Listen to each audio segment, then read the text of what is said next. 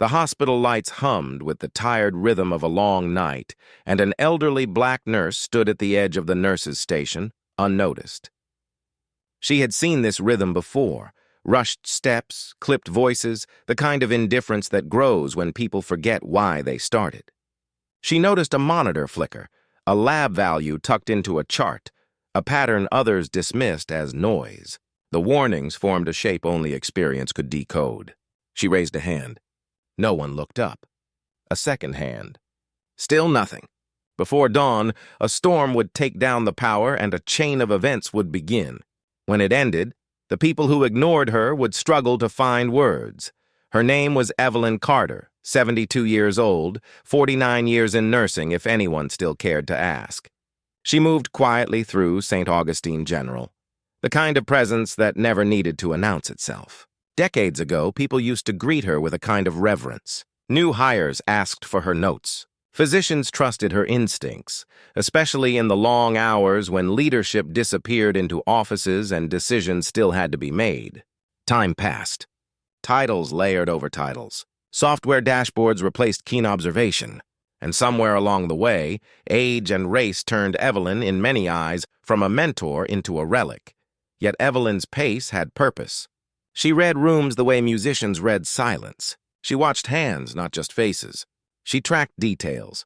A patient's breath out of rhythm with the machine, the stillness of someone in pain trying not to be a problem, a junior nurse who checked boxes perfectly but never once met a patient's gaze. She had learned the hard way that lives are lost, not from one big mistake, but from small ones stacked too high. That night, the hospital was short-staffed and stretched thin.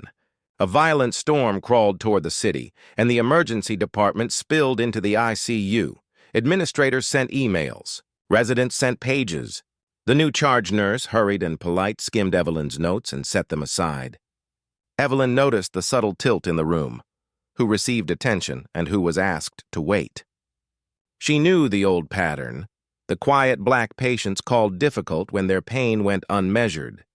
The older black staff called out of touch when their answers weren't packaged in the language of new systems. She made her rounds anyway. She paused at bed 12. The man there had eyes that tracked the ceiling like he was listening for something the machines couldn't hear. Evelyn listened too, and what she heard unsettled her.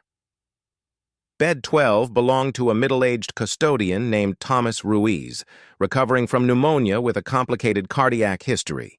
His oxygen was adequate on the screen, but his lips held a dusky, shifting color that didn't match the numbers.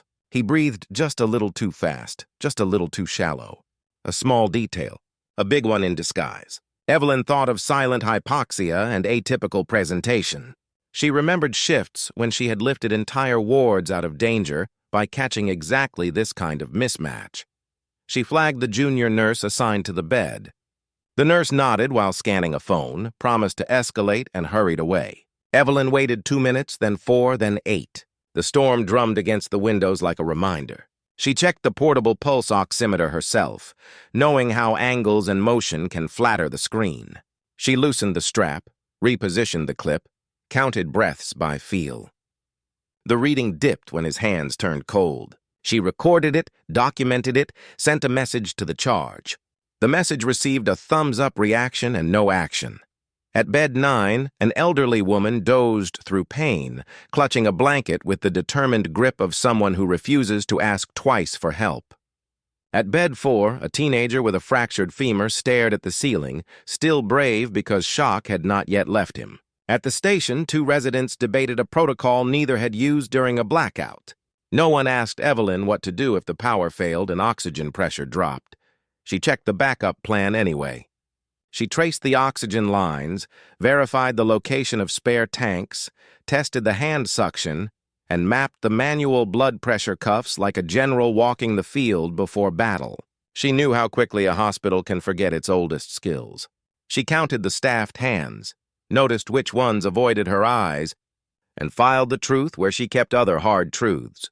Close and quiet, ready for when it mattered, close to midnight. Lab results returned with an elevated lactate for Thomas, not wildly high, but trending up.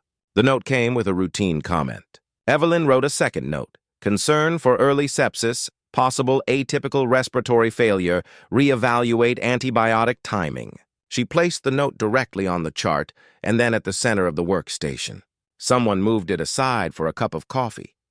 The first flicker happened at 1:17 a.m. The lights trembled. The monitors hiccuped. A hiss moved through the walls. The generator kicked in, but not cleanly. Half the floor blinked, and the oxygen alarm started singing like a nervous choir. Over the intercom, a voice asked everyone to stay calm. Calm was not the problem. Time was. In the confusion, the new charge nurse tried to divide the floor by acuity and missed the patients whose faces don't make noise. Bed 12 was one of them. Evelyn felt the atmosphere tighten, as if the room itself held its breath. She took the manual bag from the crash cart and placed it where it would be needed. She tightened her shoes. She pulled her gray hair back. The storm rattled the windows hard enough to make the frames moan. She walked to bed 12 before anyone told her to move. When the generator faltered again, the alarms changed pitch. Oxygen flow dropped across the unit. The digital monitors lagged a full beat behind reality. Panic bloomed at the edges, quiet at first, then visible. The residents shouted orders to fix what electricity could not fix. A nurse fumbled with a tank valve that hadn't been tested in months. A respiratory therapist sprinted toward an elevator that wasn't moving. Evelyn did not run. She moved with the certainty of someone who had rehearsed for decades.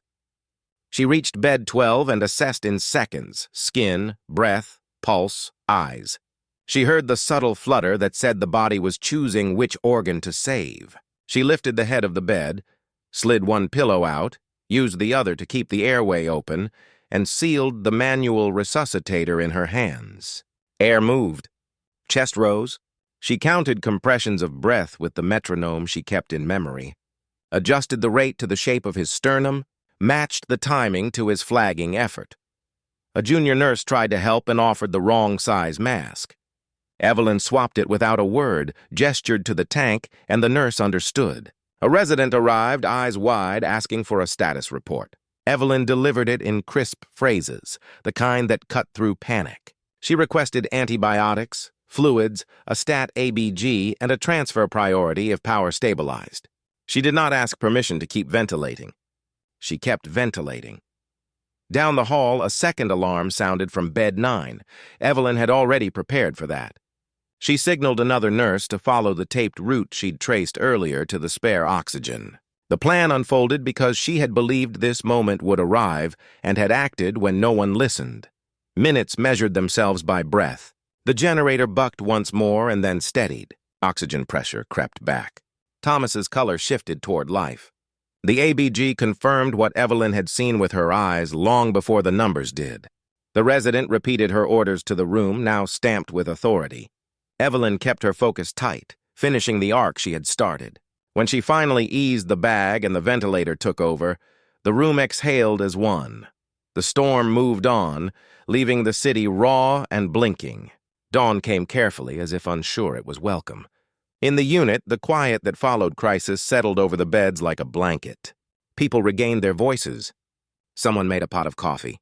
Someone else began to retell the story already, smoothing its edges, distributing credit until the act felt safe to remember. Evelyn documented the night while it was still sharp. She described the early signs, the misread numbers, the delayed responses, the moment backup protocols mattered more than dashboards. She recorded the simple truth. Preparation saves the people who don't get chosen first. She wrote patient names in careful handwriting, honoring each body that had kept fighting in the dark. Morning shift arrived with fresh scrubs and tired eyes. The charge nurse read the notes, then looked at the woman she had brushed past the night before. Something unsettled in her expression. Surprise, humility, a recognition that do-overs rarely come this clean. The residents tried to thank Evelyn, piling words where listening should go. She accepted the gratitude without letting it remove the lesson. Word traveled. It threaded through the hospital into places where meetings happen and policies pretend to fix what behavior breaks. People spoke about heroism, and that was true. But the quiet part stayed heavier. How easily a system can silence the wisdom of age. How casually bias can reroute attention away from the people most likely to see danger coming. Evelyn had felt that rerouting for years. The way her suggestions landed softer. The way her evaluations praised kindness but ignored expertise. The way colleagues talked around her in moments that demanded they talk to her. The night had not transformed the culture. It had simply revealed it. Thomas stabilized. Later, when he was strong enough to sit up, he learned the shape of what had happened. He carried it with the solemn gratitude of someone who knows a stranger's steadiness kept his heart from stepping off the edge. Evelyn finished her shift as she always did, by checking every bed at the slow pace that catches what speed misses. Before leaving, she placed a copy of her preparedness checklist on the workstation. Oxygen routes, manual skills, bias traps to call out in huddles, 5 questions to ask in every storm. Her final note held a gentle directive. Experience is not a relic. It is a resource. She walked out into the washed morning. The city smelled like wet stone and second chances. The hospital doors closed behind her with their soft hydraulic sigh. Somewhere inside, a new nurse began reading her checklist. The night did not just showcase one act of courage. It exposed how racism and ageism can hide in routine, blurring the eyes of those who should see. If expertise is filtered by bias, lives are risked twice, once by the crisis, once by the people who look away. Let this be a reminder to listen first, to watch the quiet details, and to honor the hands that have steadied the world for a very long time. If this story moved you, consider reflecting on who gets ignored in your spaces and why. Like, subscribe, and share to keep these stories visible, because visibility saves lives.